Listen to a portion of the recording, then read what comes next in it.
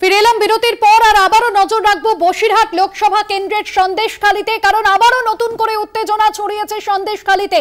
BJP প্রার্থী রেখা পাত্রর সঙ্গে পুলিশের বচসা এবং গ্রামবাসীরা যে অভিযোগ করছেন বেশ কয়েকজন গুন্ডা কোট আনকোট তারা এমনটাই বলছেন, তারা বাইরে থেকে এসেছেন। গ্রামবাসীদের এমনই অভিযোগ, যে ছবি আপনাদের সামনে তুলে ধরছি, এবং বেশ কিছু গ্রামবাসীদের আটকে রাখা হয়েছে, মারধরও করা হয়েছে। তৃণমূলের বিরুদ্ধেই অভিযোগ সামনে এসেছে।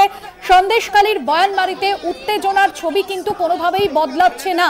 আর যে সন্দেশখালীকে সামনে রেখে একেবারে বঙ্গ বিজেপি নেতৃত্ব থেকে কেন্দ্রীয় নেতৃত্ব তারা প্রচারে ঝড় তুলেছিলেন, এই মুহূর্তে যে ছবি আপনারা দেখছেন, বেশ কিছুক্ষণ আগে বিজেপি প্রার্থী রেখা পাত্রর সঙ্গে কিন্তু দীর্ঘক্ষণ পুলিশের বচসা হয়। আমি আলোচনা আসবো, আপনার কাছে আসবো বিজেপির তরফে। এই মুহূর্তে আমার সঙ্গে যিনি রয়েছেন, রবিদি, যে বিষয় আমরা দেখছি বারবার সন্দেশখালী উত্তপ্ত হচ্ছে, এবং এই সন্দেশখালী রাজ্য রাজনীতির শিরোনামে এসেছিল তৃণমূল নেতা শেখ শাহজাহানের বাড়িতে গিয়ে কেন্দ্রীয় তদন্তকারী সংস্থা আক্রান্ত হয়, তারপর একাধিক অভিযোগ, এবং এই মুহূর্তে মামলা চলছে সন্দেশখালীর একাধিক বিষয় নিয়ে। ভোটের দিন কেন এই ছবি দেখতে হচ্ছে সন্দেশখালীর মানুষজনকে? আসলে সন্দেশখালী তৃণমূলের কাছে একটা প্রেস্টিজ ফাইট হয়ে গেছে।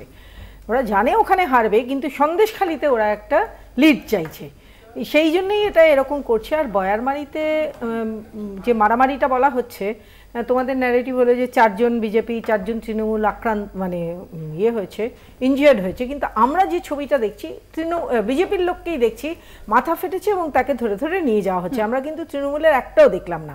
আর এখানে যেটা হয়েছে যে 5 জন গ্রামবাসীকে আটকে রাখা হয়েছে, এটা তো পুলিশের একটা স্বভাব যে যারা আক্রান্ত, যাদের নামে অভিযোগ হবে, যারা অভিযোগ করছে তাদের ধরে নিয়ে যাওয়া। আমরা জানি ডক্টর প্রণত টুডুকে মেরে মাথা ফাটিয়ে দেওয়া হলো, প্রার্থী প্রণত টুডুকে, এবং তার বিরুদ্ধেই শ্লীলতাহানির মামলা আনলো পুলিশ। আমি এখানে 2-3টে প্রশ্ন করতে চাই, তারপরে আমি তৃণমূলের যিনি ছিলেন মুখপাত্র তারা 2-একটা কথা বলেছিলেন, যদিও তিনি এখন নেই, কিন্তু আমি জবাব দিতে চাই।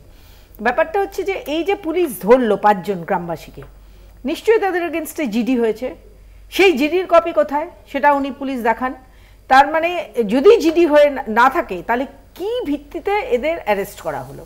অ্যারেস্ট যদি করা হয়, অ্যারেস্ট মেমোকে দেওয়া হয়েছে, আর যদি অ্যারেস্ট না করে এদের আটক করা হয় তাহলেও কিন্তু জানানো দরকার কি কোনটা হয়েছে, অ্যারেস্ট মেমো দিয়ে অ্যারেস্ট করা হয়েছে নাকি এটা আটক করা হয়েছে। এগুলো যতক্ষণ না জানা যাচ্ছে ততক্ষণ কিন্তু এই গ্রেফতারটাই বেআইনি। এই বেআইনি কাজ কি করে পুলিশ করছে? তাহলে এখানে নির্বাচন কমিশন কি করছেন? তিনি তো দেখবেন এই ব্যাপারগুলো, তিনি তো সুমোটো দেখবেন, তাকে তো অভিযোগ করারও দরকার নেই। যেগুলো তোমাদের ভাই টিভিতে দেখানো হচ্ছে, তোমাদের অত্যন্ত সাহসী যারা সাংবাদিক আছেন তারা এখানে গিয়ে তারা এই খবরটা করছেন, তাহলে তো সুমোটো এরা তো সমস্ত কিছু দেখছে নির্বাচন কমিশন বসে। তাহলে এই জিনিসটাতে হস্তক্ষেপ কেন করছে না? কেন যাদের মাথা ফাটলো, যারা আক্রান্ত হলো, তাদেরই লোককে অ্যারেস্ট করে নিয়ে যাওয়া হলো? এইগুলোর তো জবাব তো দিতেই হবে। আর আমি যে তৃণমূলের মুখপাত্র যেটা বলে গেলেন যে ডিভাইড অ্যান্ড রুল তো আমি তো দেখছি মমতা করেন। তিনি হিজাব পরে রেড রোডে বসে নামাজ পড়েন এবং সাধু সন্তদের গালাগালি করেন, সাধু সন্তদের লোকটা বলে এভাবে অপমানজনক ভাষা, অবশ্য ওনার শিক্ষা সংস্কৃতি এটাই, উনি এভাবেই কথা বলতে অভ্যস্ত, এইটা করেন এবং উনি গালাগালি করতে অভ্যস্ত। এটা কেন করবে? এইটা হয় কাজে ডিভাইড অ্যান্ড রুল কারা করে সেটা তো আমরা দেখতেই পাচ্ছি। এইভাবে দাগিয়ে দেওয়া বিজেপিকে, আর ওরা বলছে ওদের এত রাগ যে প্রধানমন্ত্রী গিয়ে নিভৃতে বসে ধ্যান করছেন তাতেও ওদের আপত্তি। সেটা কেন আপত্তি আমরা বুঝতে পারছি না, সেটা তো আপত্তির কোনো জায়গা নেই। একটা মানুষ এতদিন খেটেছেন এবং এবার উনি নিশ্চিন্ত মনে একান্তে নিভৃতে উনি একটা ধ্যান করতে বসেছেন, তাতে কেন এই ভদ্রমহিলার রাগ হবে, মুখ্যমন্ত্রী ভদ্রমহিলার রাগ হবে আমি জানি না। ওনাকে আমি ভাবতে চাই যে উনি আমারও মুখ্যমন্ত্রী, কিন্তু ওনার ভাষা এবং ওনার ব্যবহার এগুলো দিয়ে কেন জানি না কোথাও গিয়ে মনে হচ্ছে যে মুখ্যমন্ত্রী বোধহয় আমার নয়, উনি শুধু তৃণমূলের মুখ্যমন্ত্রী। এই জিনিসটা হচ্ছে। আর এই অ্যারেস্টের ব্যাপারটা নিয়ে বা আটক করার ব্যাপারটা নিয়ে আমরা এক্ষুনি জবাব চাই। যদি এটা নির্বাচন কমিশন না চান, আমরা বিজেপির হয়ে জবাব চাইছি। আমি তোমাদের এই চ্যানেলের মাধ্যমে আমি জবাব চাইছি কেন দেবব্রতদা আপনার কাছে আসবো। আজ ভোটের দিনেও সন্দেশখালী অশান্তির ছবিটা কিন্তু বদলালো না, কি বলবেন? দেখুন, এইটা হচ্ছে অশান্তি জিয়ে রেখে এবং অশান্তি পাকিয়ে রেখেই ভোট বৈতরণী পার করার চেষ্টা করছে শাসক দল তৃণমূল। একই অবস্থা আমার একটা কথা মনে পড়ে যাচ্ছে যে বিজেপিও কম যাচ্ছে না। বিজেপিও চাইছে যে অশান্তির মাধ্যমে, ধর্মীয় বিভাজনের মাধ্যমে, লাঠালাঠির মাধ্যমে যে সমস্ত পলিটিক্যাল ইস্যুগুলোকে বাদ দিয়ে যাতে মানুষ ওইগুলো নিয়েই মেতে থাকে, সেই রকমভাবেই ভোটটা যাতে হয়। মুকুল রায়ের একটা কথা আমার এখন খুব মনে হচ্ছে, আজকে হয়তো ইন্টারভিউ নেওয়া আপনাদের উচিত ছিল বা নিলে ভালো হতো। উনি না না না না পারেননি আলাদা কথা, উনি অনেকদিন আগেই বলেছিলেন যাহাই তৃণমূল তাহাই বিজেপি। হ্যাঁ, সুতরাং মমতা ব্যানার্জি এবং বিজেপি তাদের যে কর্মপদ্ধতি দুটো দেখবেন একই। নৌকোর দুজনেই মাঝি বসে আছেন, নৌকো একদিকেই চলছে, দুজনের মুখ দেখা দেখিটা ইয়ে করছে না, কিন্তু নৌকোটা দুজনের একই নৌকো সওয়ারি, একই নৌকোতে দুজনে বসে আছে, তারা এইগুলো করছে। যার জন্যে আমরা সারা ভারতবর্ষে যখন বিজেপির যে মূল্যবৃদ্ধির প্রশ্নে আজকে বিজেপি প্রধানমন্ত্রী কোনো উত্তর দিচ্ছেন না। আজকে দেখা যাচ্ছে যে আইআইটি ভারতবর্ষের টপ 7,000 ছাত্রছাত্রী চাকরি পাচ্ছে না এমপ্লয়মেন্টের ক্ষেত্রে। মূল্যবৃদ্ধির প্রশ্নে সাধারণ মানুষের ক্রয় ক্ষমতা ক্রমশ তলানিতে চলে যাচ্ছে, গ্যাসের দাম বেড়ে যাচ্ছে, গৃহস্থ মানুষ নাজেহাল হয়ে যাচ্ছে। সেই দিকে কোনো রকম প্রচার যাতে না থাকে, মানুষের মধ্যে ধর্মীয় ভাবাবেগকে ঢুকিয়ে দাও, মানুষকে হিন্দু মুসলমান এইভাবে ভাগ করে দাও। আফটার অল তুমি বলো যে তুমি হিন্দু, আফটার অল তুমি বলো তুমি মুসলমান, কিন্তু এটা বলতে শেখাচ্ছে না যে মানুষের দৈনন্দিন জীবনের রুটি রুজির প্রশ্নে মানুষের যে চাহিদা, সেই চাহিদাগুলোকে মেটানোর জন্য সরকার কি করছে, না সেন্ট্রাল গভর্নমেন্ট না রাজ্য সরকার। আমরা দেখেছি রাজ্য সরকারের যে পরিমাণ দুর্নীতি, শিক্ষা ব্যবস্থাটাই পশ্চিমবঙ্গের মেরুদণ্ডটাকে ভেঙে দিয়েছে, ভেঙে একদম খান খান করে দিয়েছে। বেকার যুবক যুবতীদের তারা আস্থা হারিয়ে ফেলেছে, তারা পরিবারের কাছে হেনস্থা হচ্ছে যে চাকরি শিক্ষায় শিক্ষিত হচ্ছে, তারপরে তারা চাকরি পাচ্ছে না। সরকারের এই যে উদাসীনতা, মানুষকে মানুষের দৈনন্দিন জীবনের মধ্যে সমস্যার মধ্যে জর্জরিত করে রাখা, এইটা হচ্ছে তৃণমূল আর বিজেপির কাজ। অরিন্দম, এই জায়গা থেকে একদমই অরিন্দম, এই জায়গা থেকে আসবো। বিজেপি তৃণমূল মেরুকরণের রাজনীতি করছে, বাকি দলগুলি কি এক্ষেত্রে প্রাসঙ্গিক হতে পারে? অবশ্যই প্রাসঙ্গিক। দেখো, তুমি উত্তর কলকাতার ক্ষেত্রেই দেখো না, এই তাপস রায় তিনিই বলেছিলেন সুদীপ বন্দ্যোপাধ্যায়ের নাকি বিজেপির সাথে চরম যোগাযোগ রয়েছে, তার বিরুদ্ধে উনি বিজেপিতে চলে গেলেন। এবার ওই উত্তর কলকাতার যেই সমস্ত মানুষ বিজেপিকে পছন্দ করেন, তারা হয় সুদীপ বন্দ্যোপাধ্যায়কে ভোট দেবেন অথবা তাপস রায়কে ভোট দেবেন। যারা বিজেপিকে পছন্দ করেন না তারা আমাদের ভোট দেবেন। তো কাজেই এই যে তৃতীয় শক্তি হিসেবে, তৃতীয় শক্তি নয়, ব্যতিক্রমী শক্তি হিসেবে আমাদের যে উত্থান, সেই উত্থান তো অবশ্যম্ভাবী। কেননা এই তৃণমূল বলো বিজেপি বলো, এদের তো দিবে আর নিবে, মিলাবে মিলিবে যাবে না ফিরে সম্পর্ক। এই দল না হলে ওই দল, ওই দল থেকে না হলে একের পর এক তুমি অর্জুন সিং থেকে ধরে মুকুটমণি অধিকারী থেকে ধরে তাপস রায় থেকে ধরে এরকম উদাহরণ ভুড়ে ভুড়ে এই দুটো দলে।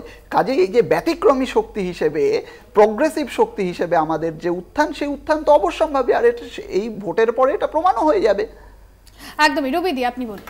তৃণমূল আর বিজেপি, আমি শুনলাম আমার ফরওয়ার্ড ব্লকের ভাইয়ের কাছে যে তৃণমূল বিজেপি এক। না, আমি বলি এটা মুকুল রায় বলেছিল, বিজেপিতে থাকাকালীনই বলেছিল সেই কথাটা, সেই বিজেপিতে থাকাকালীনই বলেছিলেন উনি, আমার কথা না, আমি ওটা স্মরণ করিয়ে দিলাম। আর সেই ন্যারেটিভটা এখানে যখন তুলে আনলে তুমি, তাহলে এটা তাই। কিন্তু আমি তো বলছি যে তৃণমূল বিজেপি এক কিনা সেটা তো পরের কথা, কিন্তু আইএনডিআইএ জোটে কিন্তু এই তৃণমূলের সঙ্গেই বাম কংগ্রেস সবাই যুক্ত।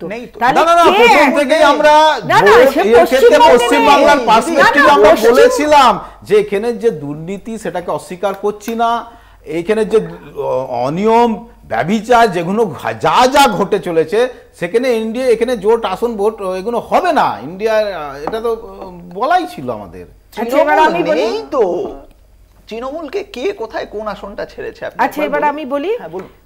মমতা তো পরিষ্কার বলে দিয়েছে, এবং সেটা তোমাদের কেন্দ্রীয় নেতার কথায় কি যায় আসে, আমাকে কি বলতে দেবে? মমতা পরিষ্কার করে বলে দিয়েছে, এবং তোমাদের কেন্দ্রীয় নেতৃত্ব কোথাও সেটাকে আপত্তি করেনি। মমতা বলেছে পশ্চিমবঙ্গে জোট নেই, পশ্চিমবঙ্গে আইএনডিআইএ তে অন্য রাজ্যে আমরা আসন ছাড়তাম। মমতা আমাকে কি বলতে দেবে তোমরা? আমি কিন্তু না ডিস্টার্ব করি, না ডিস্টার্ব হতে পছন্দ করি না, আমরা জাস্ট ধরে দিচ্ছি না, আমাকে ধরিয়ে দেওয়ার দরকার নেই তো।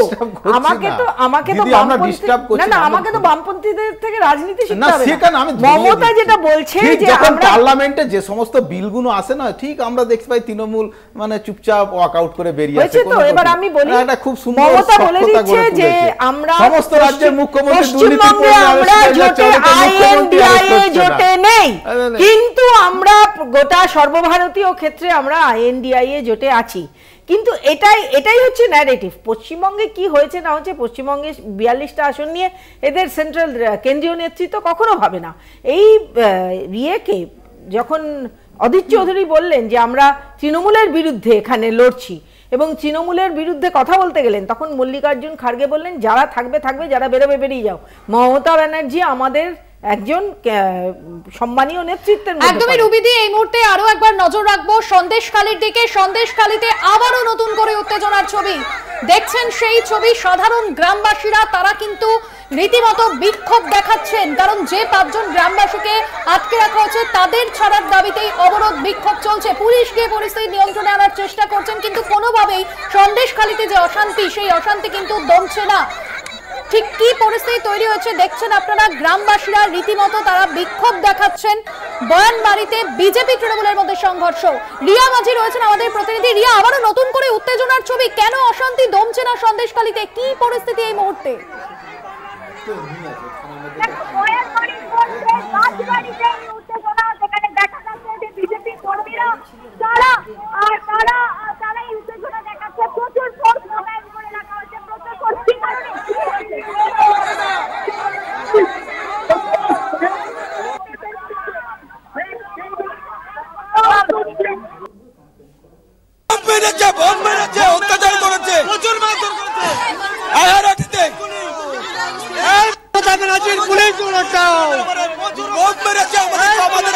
তুমি দেখতে পাচ্ছ প্রচুর ফোর্স মোতায়েন করে রাখা হয়েছে, প্রচুর ফোর্স মোতায়েন করা হয়েছে, যেখানে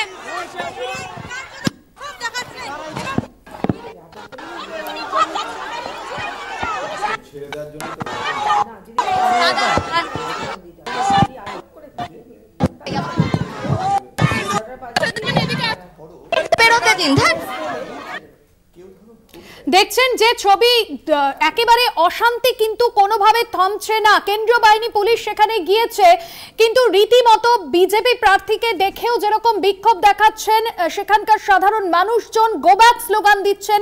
যে উত্তেজনা পরিস্থিতি ইতিমধ্যে আবারও নতুন করে তৈরি হয়েছে বয়ানবাড়িতে, গ্রামবাসীরা রীতিমতো স্লোগানিং দিয়ে বিক্ষোভ দেখাচ্ছেন, সেই ছবি আপনাদের সামনে তুলে ধরছি। কেন্দ্রীয় বাহিনী পুলিশ তারা সেখানে গিয়েও পরিস্থিতি কোনোভাবে নিয়ন্ত্রণে আনতে পারছেন না। একদিকে যখন তারা বিক্ষোভ দেখাচ্ছেন যে 5 জন গ্রামবাসী যাদেরকে আটক করা হয়েছে তাদেরকে ছাড়ার দাবিতে এক নাগারে তারা কিন্তু অবরোধ বিক্ষোভ দেখাচ্ছেন। সন্দেশখালীর বয়ানবাড়িতে রীতিমতো বিক্ষোভের ছবি এবং সেখানে মহিলা যারা গ্রামবাসীরা রয়েছেন তারা বিক্ষোভ দেখাচ্ছেন।